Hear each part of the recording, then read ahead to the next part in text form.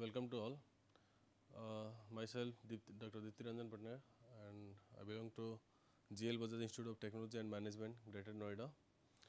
So today we will see the next part of the digital communication technique, that is source encoding. And before that we will see what is what is source encoding.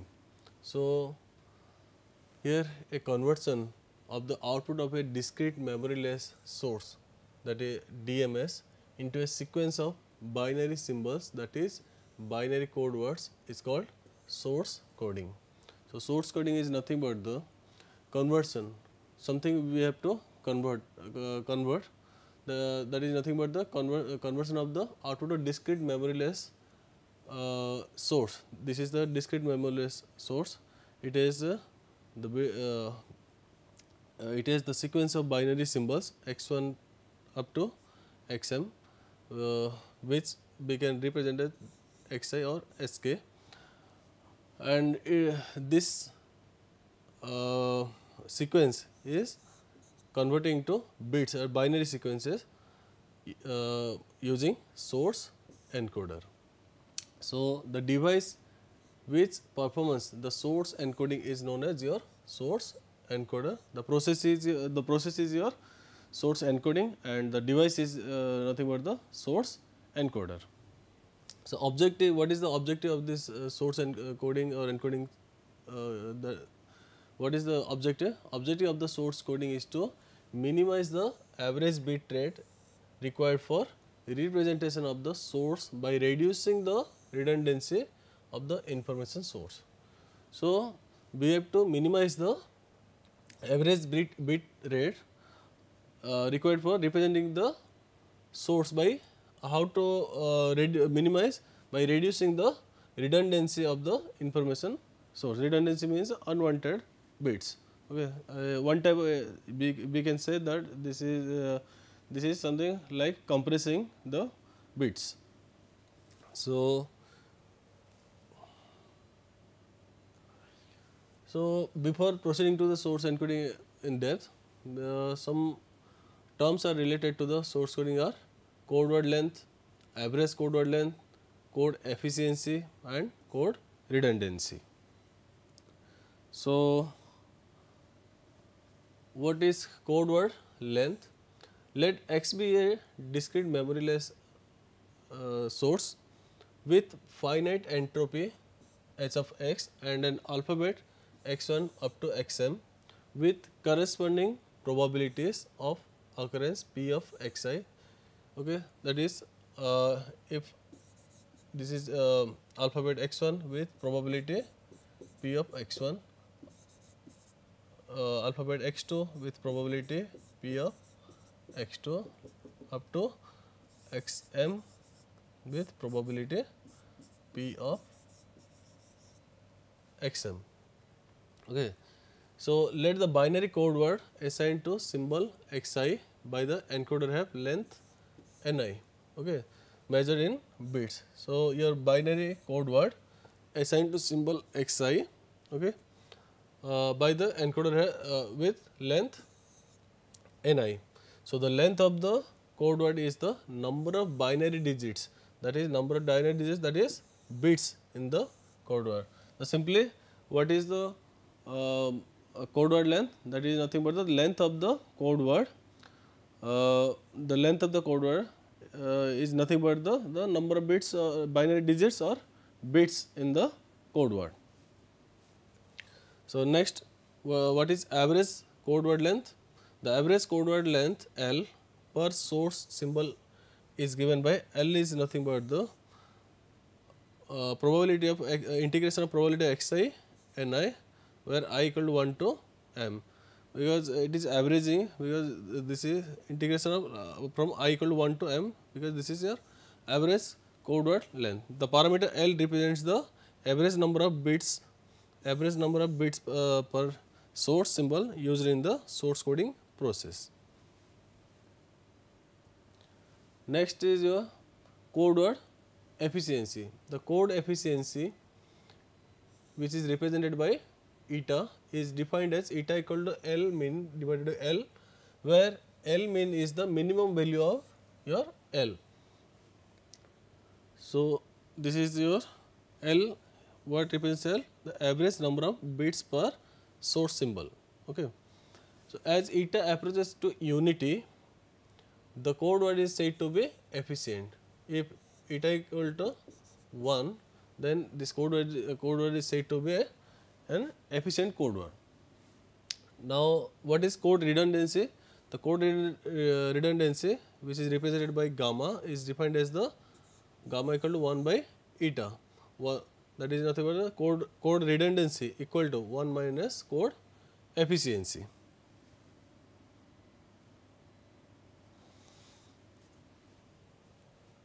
Next, the source coding theorem. So, what is the source coding theorem?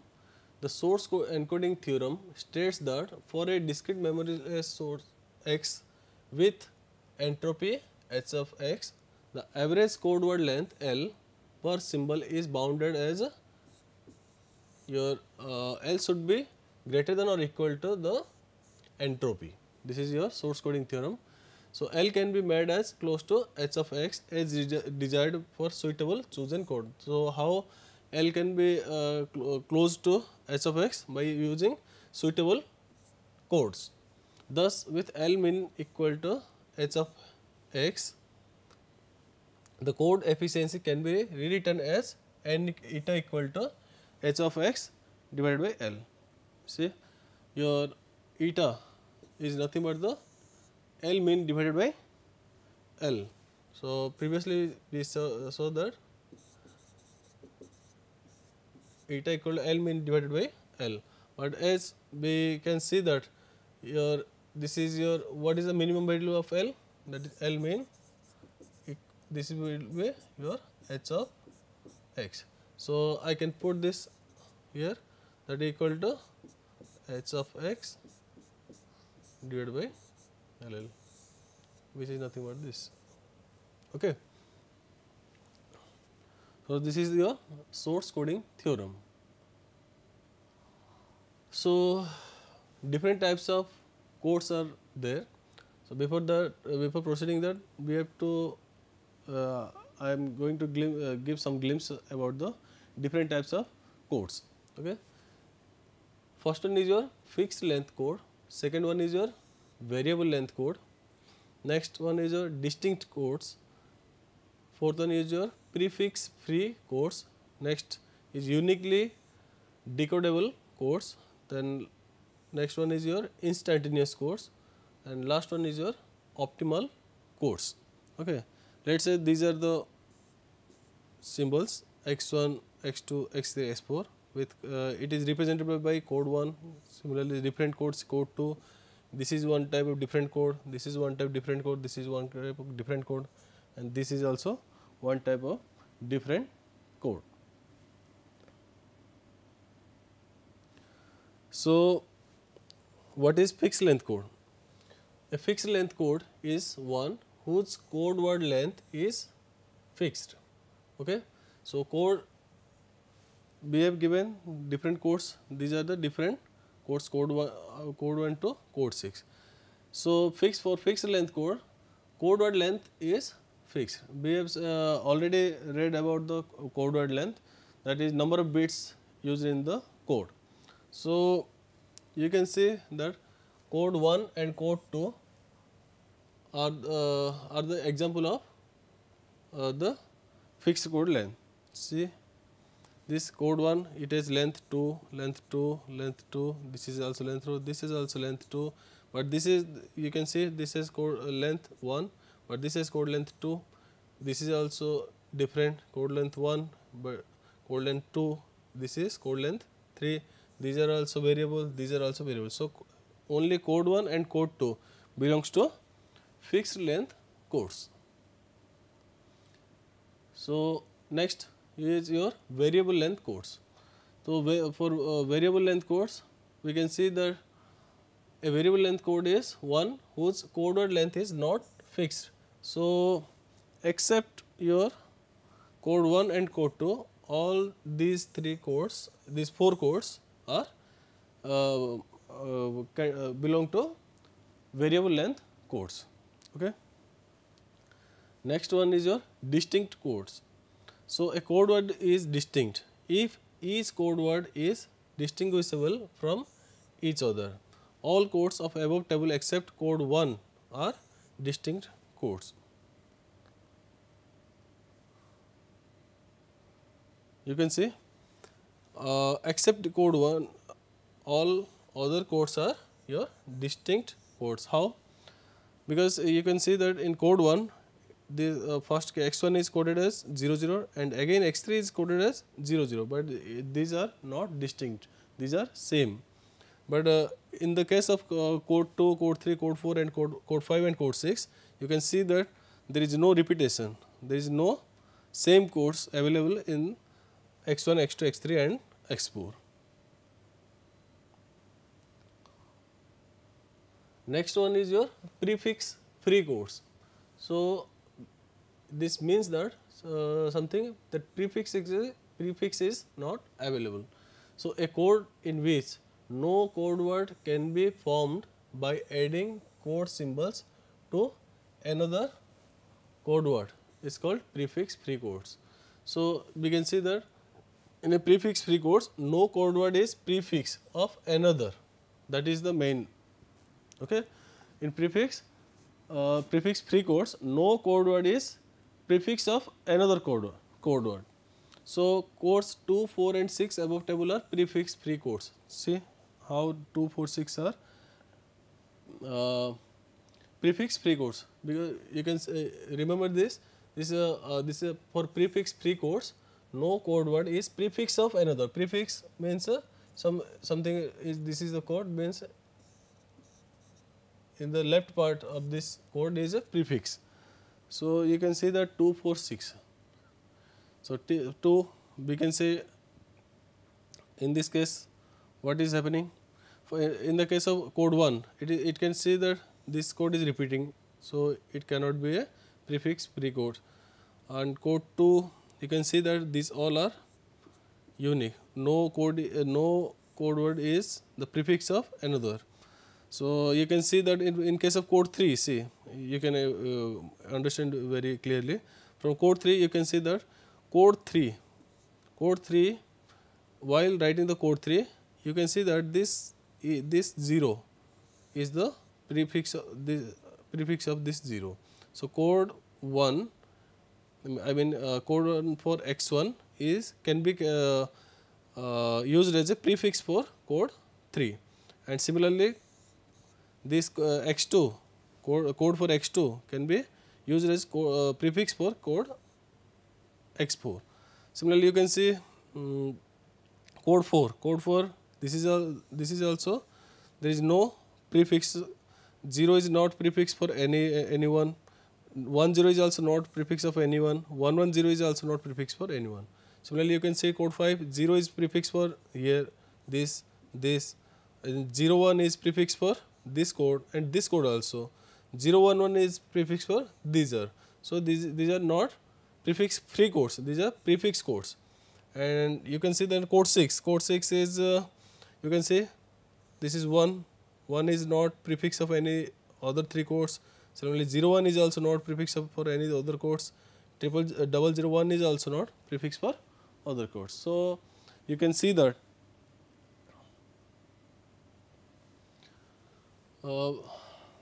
these 2, 4, 6 are the prefix free codes. Similarly, uniquely decodable codes. What is uniquely decodable codes?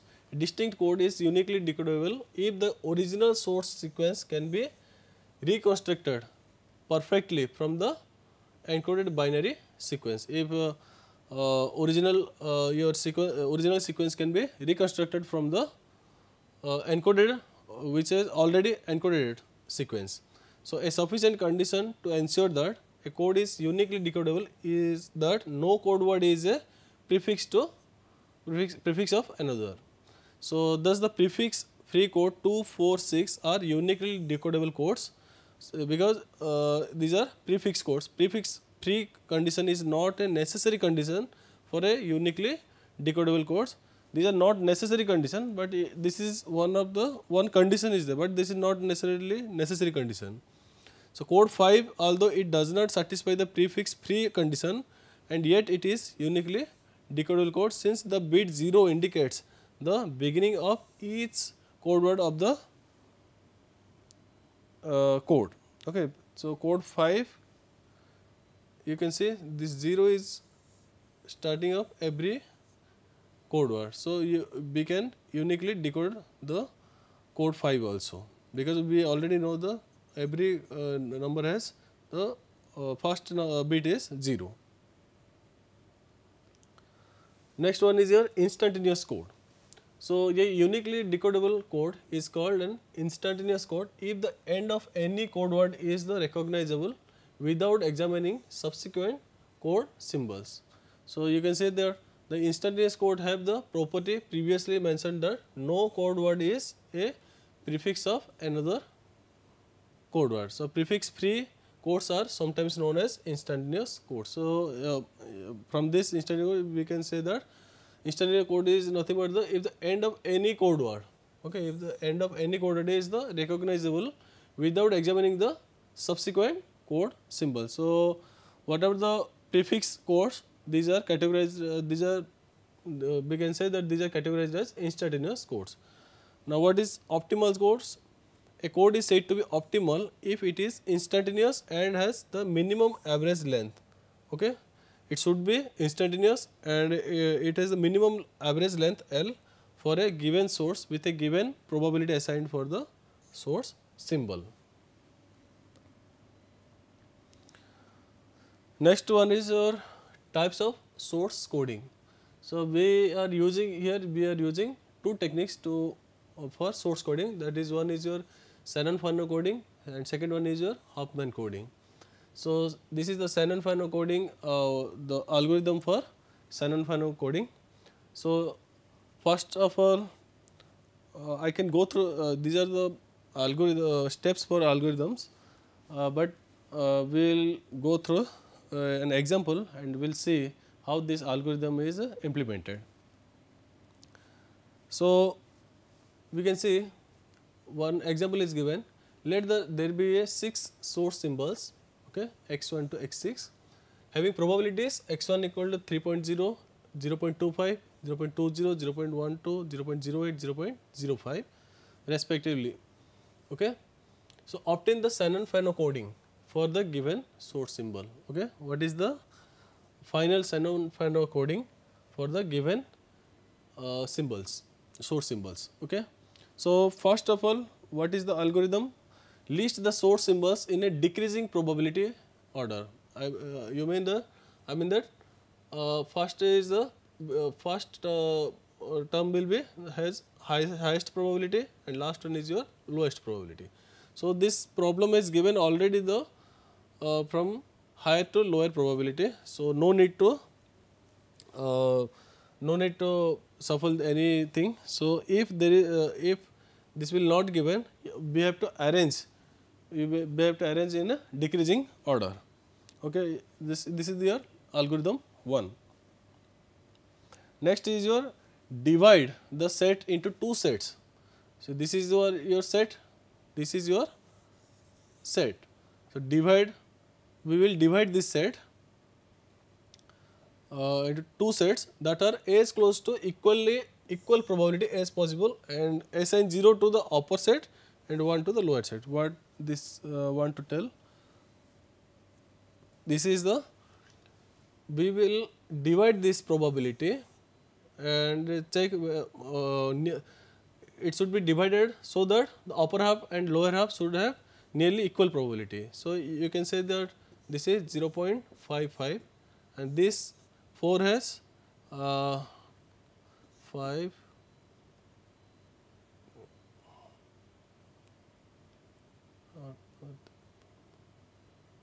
this is 0.45. Okay. If I will add these 3, then it would be very higher number. So, you can divide this as this is the 0.55, this is 0.45, nearly equal. So, upper half I will assign 0 and lower half I will assign 1. Now we will see again it has the probability 0.30 and 0.25. I can divide this, okay, second upper half 0, lower half 1. Again we will see this 4 has to what will happen, see this is 0.20 and rest of 3 are 0.25. So nearly I can divide this as upper half is 0.20 and lower half is 0.12, 0.08 and 0.05. So this is 0 and rest of 3 are 1. Again I will see this how this 3 will be arranged. See, we can see that this is 0.12, this is 0.13. So I can divide again, I can divide this. Upper half is 0, lower half is your 1, 1. Again I can see that only 2 left. So I can see this is your upper half 0, lower half 1. Now I will code this, okay. So this would be your 0, 0, okay. Second one is 0, 1, third one is 1, 0, fourth one is 110, fifth one is your 1110, similarly 1111. So these are the output of the Shannon-Fano coding. So we can also calculate the entropy, like we have already seen in the previous classes. We can say that after putting these values we can get the entropy, what is the necessary entropy, okay. So similarly we can find out the average length, which is nothing but this is the formula and this is the average length. So here one point is, here it can be observed that the length is more as the probability decreases. So if probability is less, then if the probability is less, then the length is more. If probability is high, then there is no need to code maximum number of bits. Similarly, code efficiency is nothing but eta equal to h of x by L. This is redundancy is the of gamma equal to 1 minus eta. Similarly, second one is your Huffman coding. So same algorithm we will see. List the source symbols in decreasing probability order. Next, combine the probabilities of the two symbols with the lowest probabilities and reorder the resulting probabilities. The same procedure is repeating until there are two ordered probabilities remaining. So we will see, we have given xi and p of xi, okay. So we will see what is happening. We will first decreasing order, then we will see this is your first add two lowest probability orders. So it would be 0.13, okay, and we have rest of these. So we can see that 0.12 is less as compared to 0.13. So we have to shuffle this 0.12 and 0.13. So swapping by this, so it will go to 0.12 and it would be 0.13. Now rest of these are 0.35, 0.25, this is 25, okay, 30, 25 and 20. Now we can see that again 0.13 and 0.12 are lowest probability. We will add this and 0.25 again, and it would be 0.20. Next 0.25 to 20, it would be 0.45. So it will be highest probability 0.30 then 0.25. This you can see that how this 0.45 is going upper, because we have to again rearrange the sequence in the probability with decreasing probability. Lowest first is your highest probability and last one is your lowest probability. So 0.25, again these two can be combined and it would be 0.55 and this is 0.45. Then next step is your, after getting these two, I will assign the bit 0, 1 to this combination. So I will put this is upper half is your 0, lower half is your 1. Similarly, you can see that the already 0 is the this is belong to, this is the 0, okay, this is 0. So 0 is already there, upper half is 0, lower half 1, this belongs to 1, this is 1, okay. So again this belongs to your, you can see that this is your 1, okay, this is your 1, 1, this is your upper half again 0, again 1. Okay. Next it would be your directly it would be going to 0 0, it would be going to 0 1, 0 1 would be for this one. So it would be 0 0 and 0 0, similarly 0 1 0 1 0 1 0 1. Now it would be 1 0. Okay, 1 1 is happening. So this point is coming from this. So 1 0 is fixed, 1 0 is fixed, and upper half is 0, lower half is 1. Similarly, this 1 1 will be directly going to 0.2011. Now 1 0 0, this is 1 0 1. It is coming from this 1 0 0. Again 1 0 0, 1 0 0, 0 and 1. So I got these codes, and it is written like this. So here also we can find out the entropy. This is the entropy. This is the next one is your average length. Okay. Next your code efficiency, eta equal h of x divided by L, which is 0.99, and the redundancy is your gamma equal to 1 minus eta, which is nothing but your 0.01. So these are the basic books you can refer for the Shannon-Fano code, Hoffman code, and basic source coding theorem. So thank you.